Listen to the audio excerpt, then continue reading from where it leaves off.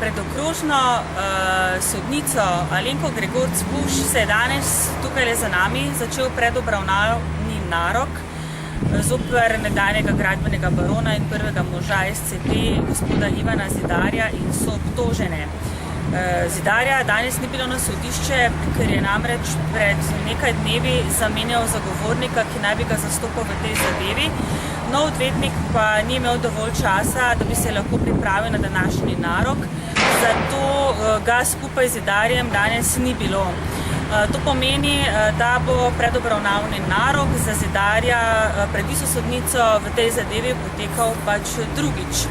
Ostalih 5 obtoženih bi se danes moralo znajti na sodišču, vendar sta 2 obtožena manjkala, kar pomeni, da se pač nista izrekla o krivdi in se jima bo začelo sojenje. 2 izmed obtoženih pa sta bila danes na sodišču.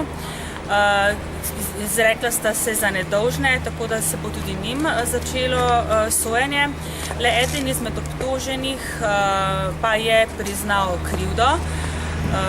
Gre za gospoda, ki je bil zaposlen na Primorje SCT, gospoda Žagarja, ki pa se je že predhodno pogodil s tožilstvom, in sicer za priznanje krivde sta se s tožilcem dogovorila za pogojno kazen leto in mesec dni zapora s preizkusno dobo 2 let.